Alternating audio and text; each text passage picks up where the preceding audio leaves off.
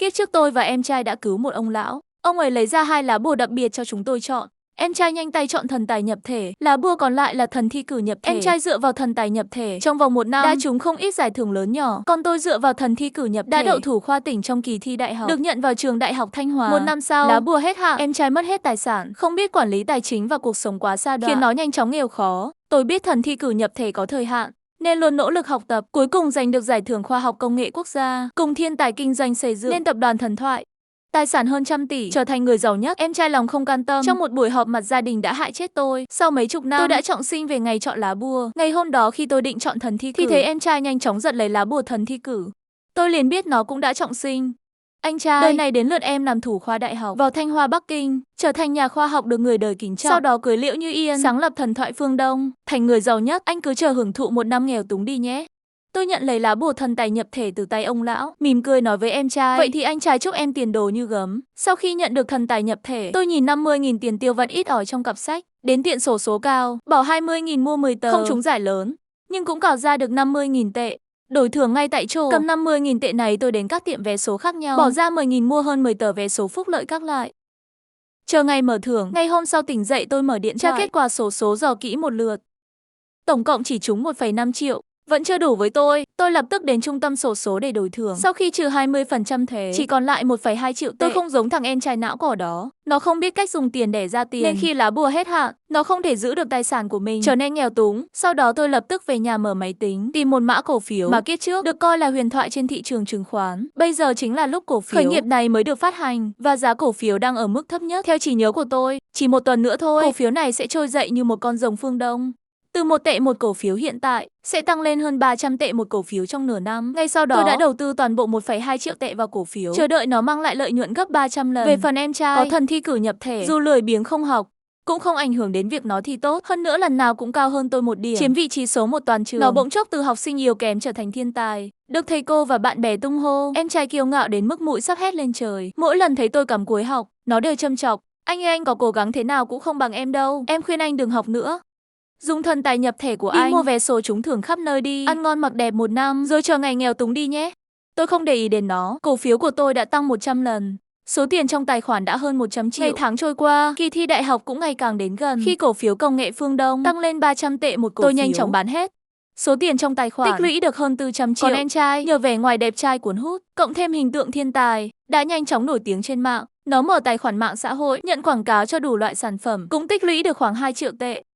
Nó không hề rút kinh nghiệm từ kiếp trước, cứ có tiền là tiêu xài hoang phí, không nghĩ đến việc làm sao để tiền đẻ ra tiền. Lúc này em trai bước vào phòng tôi khoe khoang nói, anh đoán xem em đang yêu qua mạng với ai? Không biết, cũng không có hứng thú biết. Ha ha, chỉ cần em nói ra tên cô ấy, anh sẽ có hứng thú thôi. Cô ấy tên là Liễu Như Yên, thiếu nữ thiên tài kinh doanh. Em trai vừa nói vừa nhìn tôi đầy thích thú. Những gì anh có được ở kiếp trước đều sẽ là của em. Vui thật.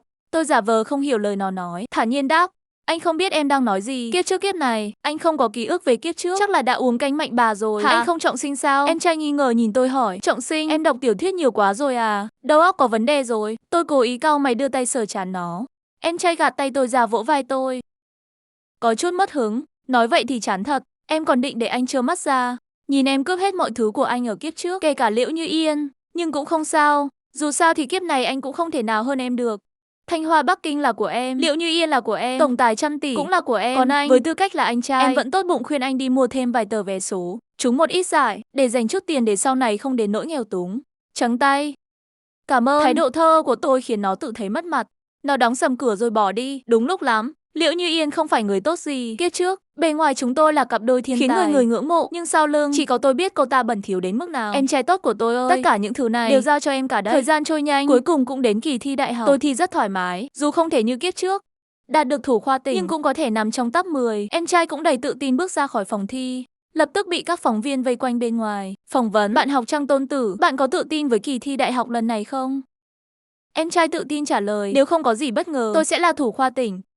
Tự tin vậy sao? Tất nhiên, dù sao tôi cũng là thiên tài. Chỉ là kỳ thi đại học thôi mà, không đỗ thủ khoa tỉnh, sao xứng với 2 chữ thiên tài. Vậy chúng tôi cũng mong chờ ngày công bố kết quả.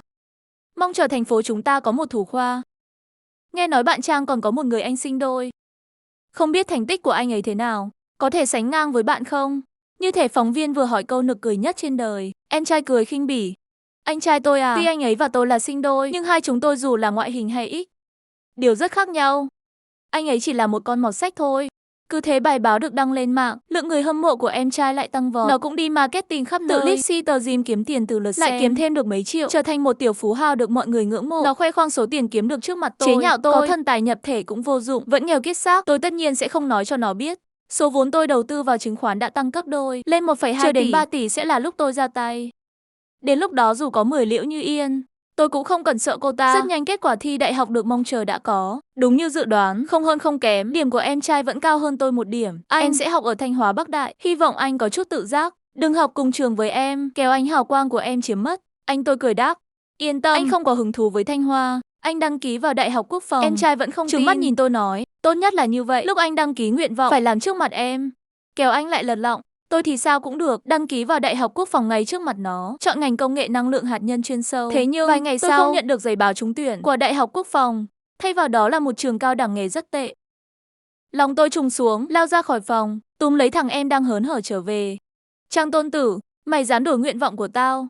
Em trai thản nhiên đáp.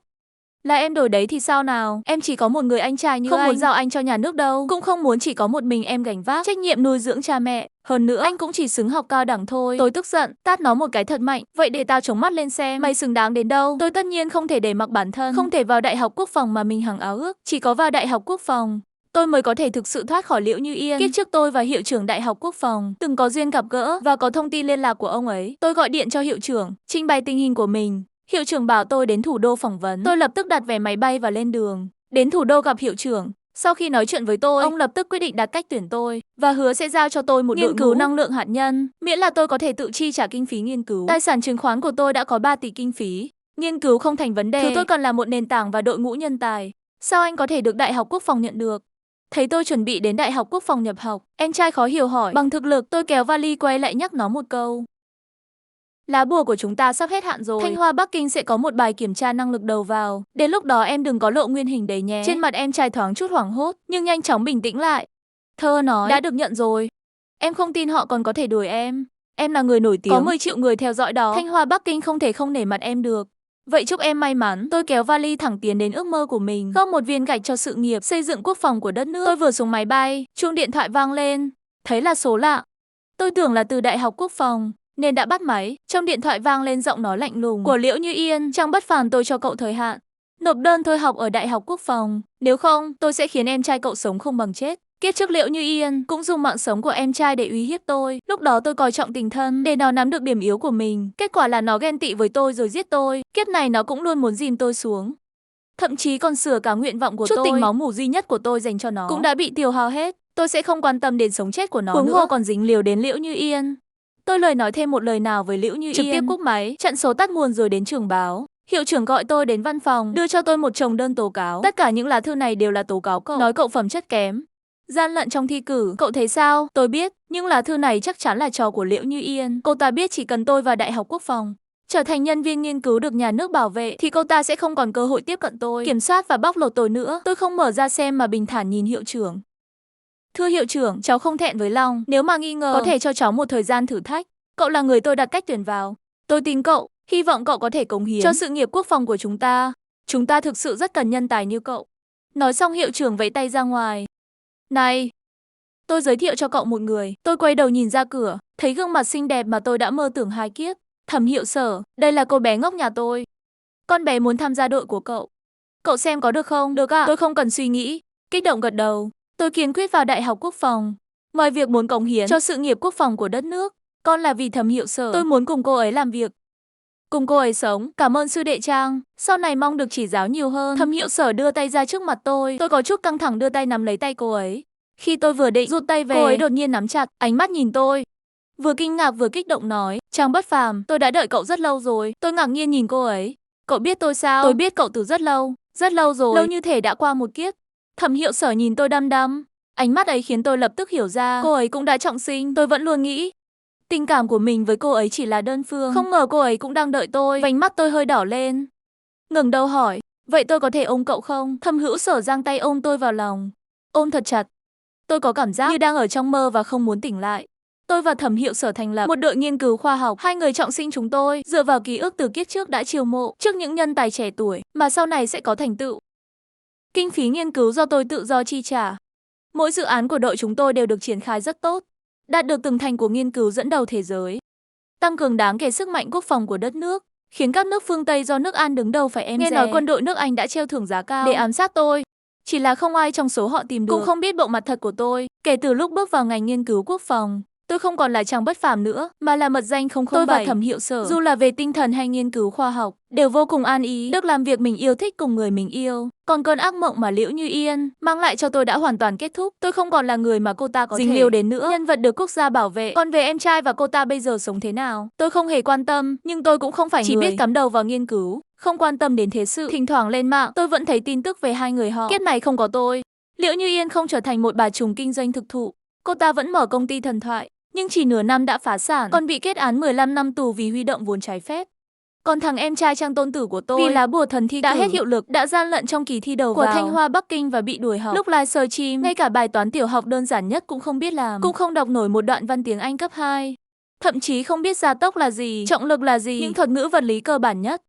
Hình tượng thiên tài sụp đổ, hoàn toàn người hâm mộ đông loạt hủy theo dõi và nó bị cấm trên mạng. Giống như kiếp trước, nó lại một lần nữa nghèo túng vì không chịu nổi cú sốc nên bị tâm thần phân liệt. Thường có người quay lại tình trạng của nó, đăng lên mạng, nó gặp ai cũng hỏi, tại sao anh trai tôi dù chọn cái gì cũng có thể phất lên như diều gặp gió, tại sao tôi chọn cái gì cũng đều xui xẻo. Không có người qua đường nào trả lời nó. Còn tôi muốn nói với nó rằng lựa chọn cái gì không quan trọng, quan trọng là sự nỗ lực. Chỉ những thứ có được bằng nỗ lực mới không bao giờ biến mất.